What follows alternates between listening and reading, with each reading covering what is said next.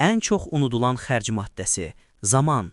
Bütün xərcləri hesablayırsan, maaş, ofis, reklam, avadanlıq. Amma bir xərc var ki, çox vaxt heç kim onu büdcəyə salmır. Bu, zamanın dəyəridir. Zaman görünməz xərcdir. Gecikmiş qərarlar, uzanan görüşlər, qeyri-effektiv planlaşdırma, bunların hamısı pul itkisidir. Sən pulla çox şey ala bilərsən, amma itirilmiş zamanı yox. Effektivlik qazanc gətirir.